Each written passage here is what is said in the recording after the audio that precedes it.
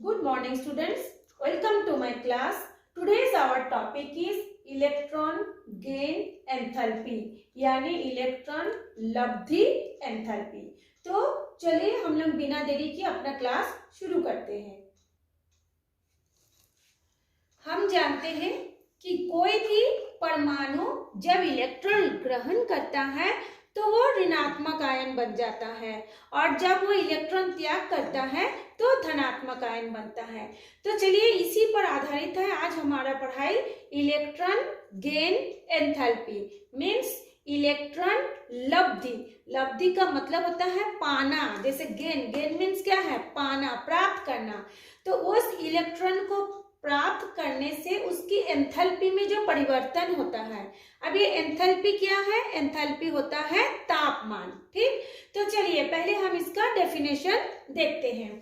किसी भी गैसीय परमाणु द्वारा इलेक्ट्रॉन ग्रहण कर इलेक्ट्रॉन को एक्सेप्ट करके नेगेटिव आयन बनने पर एंथैल्पी में हुए परिवर्तन को इलेक्ट्रॉन गेन एंथैल्पी EGE या फिर इलेक्ट्रॉन लब्धि एंथैल्पी कहते हैं। ठीक, ये हो गया इसकी डेफिनेशन। अब ये हम देखते हैं एक एग्जांपल से। जैसे मान लीजिए कोई भी एक परमाणु है X, वो कौन सी परमाणु है? गैसीय परमाणु। तो इसमें देखिए हमने लिखा है G। वो क्या कर रहा है? इलेक्ट्रॉन को ग्रहण कर रहा है, यानी प्लस। ग्रहण करना मतलब क्या हो गया? प्लस। ये जो इलेक्ट्रॉनों के ऊपर जो माइनस लिखा है ये है इलेक्ट्रॉनों का चार्ज, आवेश। तो जब इस इलेक्ट्रॉन को ग्रहण करता है तो इस पर क्या होता है? नेगेटिव आयन बनता है। ठीक है, तो नेगेटिव आयन बनने पर फिर हमने लिखा है उसके एंथैल्पी में परिवर्तन। एंथैल्पी को क्या बोलते हैं? Delta H। और उसका जो इकाई होगा उसको हम क्या लिखेंगे? Delta EGH। E से होता है इलेक्ट्रॉन, G से होता है गेन और H से होता है एंथैल्पी। तो डेल्टा H यानी इलेक्ट्रॉन गेन एंथैल्पी का जो इकाई होगा डेल EGH होगा। या फिर इसका यूनिट हम कैसे लिखते हैं? EV या फिर kilo joule mole inverse. Mole inverse का मतलब होता है प्रति मोल कैलोरी जूल। तो ये हो गया इसका डेफिनेशन और इसका यूनिट। अब हम लोग ये देखते हैं उसकी एंथैल्पी। ठीक, हमने बताया कि जब वो इलेक्ट्रॉन लेता है तो उसकी एंथैल्पी में परिवर्तन होता है, मीन्स उसकी तापमान में परिवर्तन होगा। तापमान में कैसे परिवर्तन होगा? तापमान दो होता है, दो तरीके से हम उसको नाप सकते हैं। एक हो गया एक्सोथर्मिक और एक हो गया एंडोथर्मिक। एक्सोथर्मिक को कहा जाता है ऊष्मा क्षेपी और एंडोथर्मिक को कहा जाता है ऊष्मा शोषी। तो ऊष्मा क्षेपी कब होगा? यदि इलेक्ट्रॉन ग्रहण करते समय उसमें से ऊर्जा मुक्त होता है, निकलता है, तो उसको हम बोलेंगे एक्सोथर्मिक। और यदि इलेक्ट्रॉन को ग्रहण करते समय यदि वो ऊष्मा का अवशोषण करता है तब वो होगा एंडोथर्मिक। देखिए हमने लिखा है तत्व जब इलेक्ट्रॉन ग्रहण करते हैं तब क्या होता है? ऊर्जा क्या होती है? मुक्त होती है ना। तो जब ग्रहण करेगा क्या होगा? ऊर्जा मुक्त होगा। और ऐसी अवस्था में उसकी जो इलेक्ट्रॉन गेन एंथैल्पी का वैल्यू क्या हो जाएगा? नेगेटिव हो जाएगा। इसका क्या मतलब हो गया?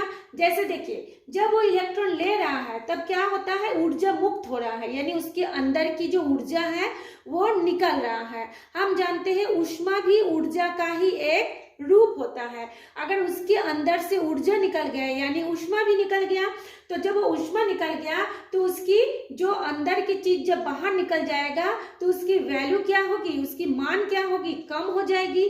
कम को हम लोग क्या बोलते हैं?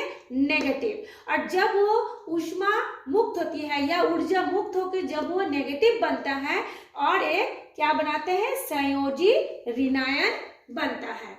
तो एंथैल्पी हमारा ये देखिए एंथैल्पी क्या हो गया? एक्सोथर्मिक ऊष्मा क्षेपी और एक होता है एंडोथर्मिक ऊष्मा शोषी।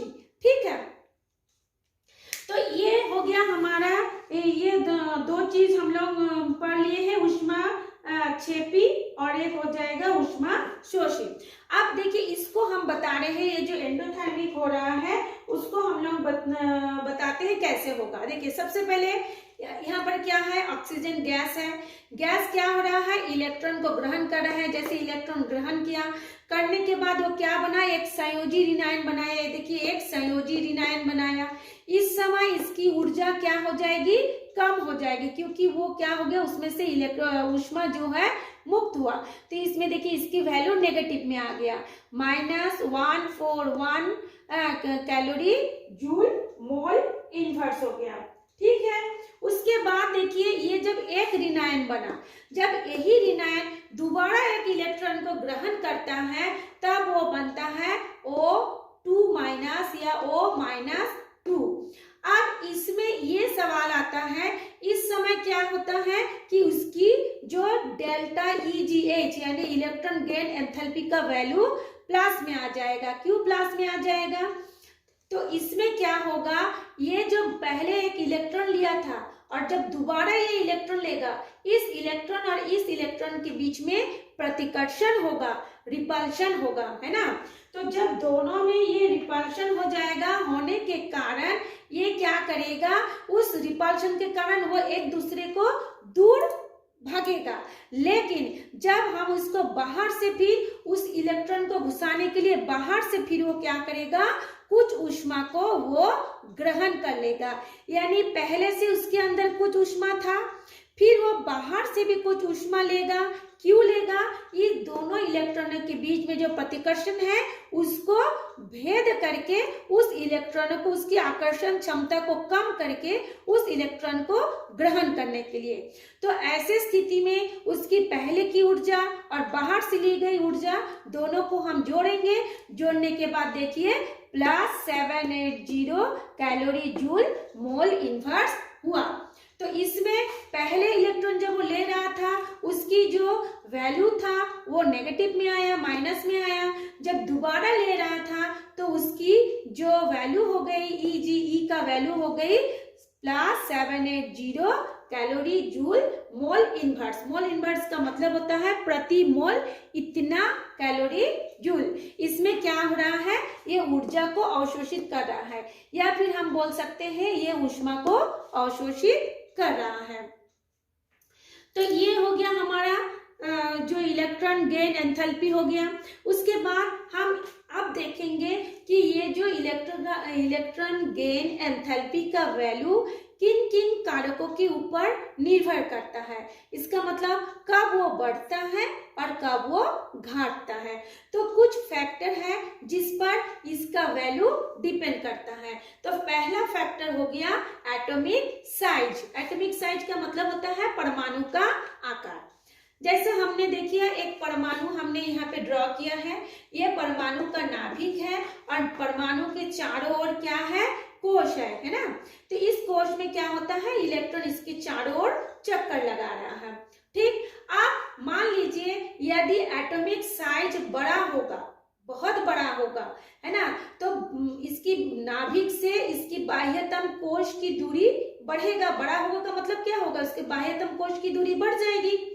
तो बाह्यतम कोश की जब दूरी बढ़ जाएगी, ऐसे स्थिति में क्या हो जाएगा, इनके बीच में आकर्षण क्या होगा, कम हो जाएगा। ठीक है, किसके बीच में, ये जो धनायन है और ये जो इलेक्ट्रॉन है, इनके बीच में आकर्षण क्या हो जाएगा, कम हो जाएगा। इसलिए परमाणु का आकार बढ़ने के साथ ही इलेक्ट्रॉन लब्धि एंथैल्पी का एंथैल्पी क्या हो जाएगा, कम ऋणात्मक हो जाएगा, है ना, कम ऋणात्मक हो जाएगा, क्योंकि इसका आकार बढ़ने से इसकी साइज कम हो गया, आकर्षण कम हो गया। हमेशा जितना इलेक्ट्रॉन वो लेगा उस इलेक्ट्रॉन के साथ इसका आकर्षण अधिक होगा, तभी वो जल्दी से इलेक्ट्रॉन को ग्रहण कर पाएगा। यदि इनके और इनके बीच में दूरी होगा और वो इलेक्ट्रॉन को लेना चाहेगा, उस समय उसकी आकर्षण कम होने के कारण उसकी जो ऋणात्मकता हो जाएगी, इलेक्ट्रॉन लब्धि एंथैल्पी का क्या हो जाएगा, कम ऋणात्मक हो जाएगा। दूसरा पॉइंट है आपका न्यूक्लियर चार्ज। न्यूक्लियर चार्ज किसको बोलते हैं, ये जो नाभिक है, नाभिक पर ये जो धनावेश हमने दर्शाया है, यही होता है उसका न्यूक्लियर चार्ज। तो न्यूक्लियर चार्ज बढ़ने से क्या हो जाएगा, वो इसकी संख्या यदि बढ़ेगी तो वो अधिक मतलब बहुत तेजी से इलेक्ट्रॉन जो माइनस चार्ज होता है अपनी ओर खींचेगा, क्योंकि दोनों का चार्ज क्या है, अपोजिट है। हम जानते हैं हमेशा पॉजिटिव और नेगेटिव चार्ज एक दूसरे को अपनी ओर आकर्षित करते हैं।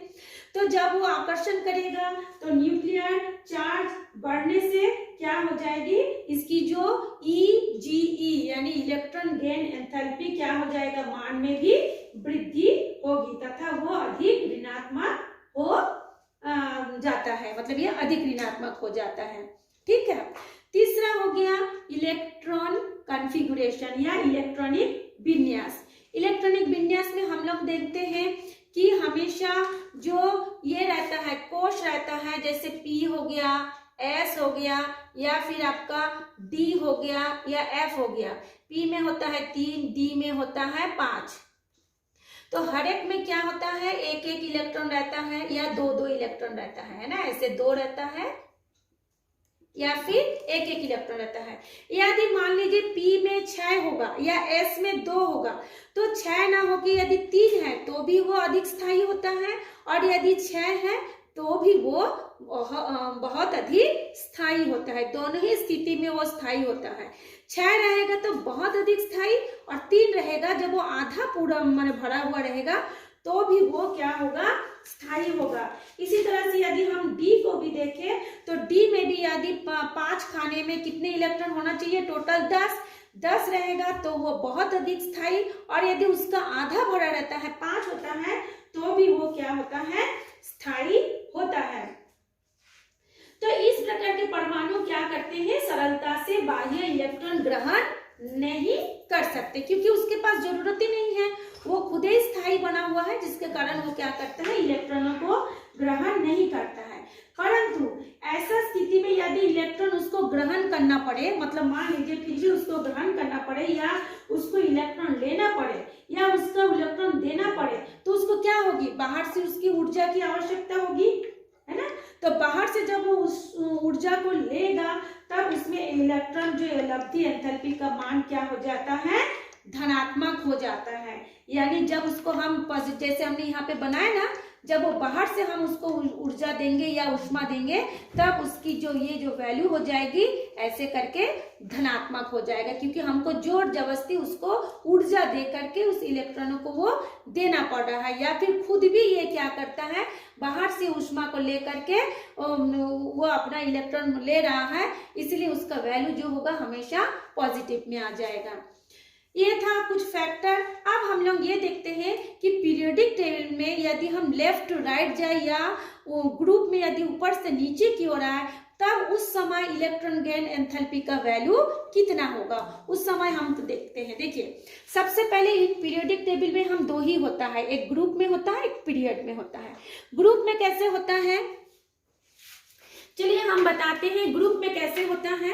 जब हम लोग ऊपर से नीचे आएंगे, जैसे देखिए फ्लोरीन, उसके नीचे होता है chlorine, fluorine, chlorine, bromine, iodine, astatine, ऐसे होते जाता है ऊपर से नीचे। तो फ्लोरीन में देखिए कितनी है, इसकी परमाणु संख्या हो गया 9 और क्लोरीन की एटॉमिक नंबर हो गया 17। तो देखिए जब 9 था तो यहाँ पे ये हो गया नाभिक का आवेश और उसके चारों ओर हो गया उसका कोश।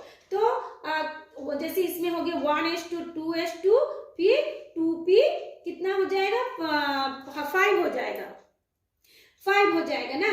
तो आकार में वृद्धि, तो आवेश की अपेक्षा अधिक, इसमें देखिए संख्या भी बढ़ रहा है, उसकी आकार में भी बढ़ रहा है, दोनों में बढ़ रहा है, संख्या भी बढ़ा, नाभिकीय आवेश की संख्या और आकार में भी बढ़ा, परंतु उसकी आकार की वृद्धि जो होगा आवेश की अपेक्षा अधिक होता है ना। उसके आकार में वृद्धि आवेश की अपेक्षा अधिक होने के कारण इनके बीच में दूरी क्या हो जाएगी, बढ़ जाएगी, और दूरी बढ़ने के कारण प्लस और माइनस के बीच यानी इलेक्ट्रॉन और जो प्रोटॉन रहते हैं उनके आकर्षण क्या हो जाएगा, कमी हो जाएगा। तो आकर्षण कमी होने से फिर क्या हो जाएगा, उसकी ऊपर से नीचे की ओर जब हम लोग आते हैं तो उसकी क्या बोलते हैं, अब परमाणु का आकार में वृद्धि होने के माने आवेश की अपेक्षा आकार में वृद्धि हो जाने के कारण उसकी जो ऋणात्मक मान, उसकी जो वैल्यू हो जाएगी वो क्या हो जाएगी, कम हो जाएगा, ऋणात्मक हो जाएगा, है ना। उसकी जो मान जो होगा कम होगा, मतलब क्या, ऋणात्मक हो जाएगा। ठीक, और यदि हम लोग पीरियड में देखते हैं, लेफ्ट टू राइट जाते हैं, तो इसमें देखिए ऑक्सीजन का 8 है, फ्लोरीन का 9 है, ये लेफ्ट टू राइट जा रहे हैं। इसमें परमाणु संख्या कितना है 8, इसमें कितना है 9। तो इसमें क्या होता है, आवेश में बढ़ रहा है, आवेश बढ़ रहा है, परंतु उसके आकार में क्या हो रहा है, कमी हो रहा है। तो आवेश बढ़ेगा और आकार में कमी होगा, तो दोनों के बीच में दूरी कम होगी, दूरी कम होने से इलेक्ट्रॉन और प्रोटॉन के बीच में आकर्षण अधिक होगा, जिसके कारण उसकी जो वैल्यू आएगी वो धनात्मकता की ओर धीरे धीरे बढ़ेगा। इकट्ठा धनात्मकता की ओर नहीं बढ़ेगा, पॉइंट पॉइंट करके वो बढ़ते जाएगा। उस समय उसकी जो इलेक्ट्रॉन गेन एंथैल्पी का वैल्यू जो होगा वो क्या हो जाएगी, पॉजिटिव में आ जाएगा। नहीं सॉरी, उसका जो इसमें पॉजिटिव में आएगा, इसमें ये नेगेटिव में आ जाएगा। तो ये था हम लोगों का इलेक्ट्रॉन गेन एंथैल्पी का जो हमारे 11th क्लास के जो टॉपिक है उसके बारे में हमने बताया। तो आप लोग इसको बार बार इसको देखिए, ये समझिए। ये हाँ थोड़ा सा 10th के लेवल का नहीं है, आप लोग 10th से 11th में आए हैं, थोड़ा हाई लेवल हो जा रहा है, लेकिन इसको यदि ध्यान से सुनेंगे तो आपको ये बहुत इजी लगेगा। तो चलिए आप लोग इसको ध्यान से देखिए।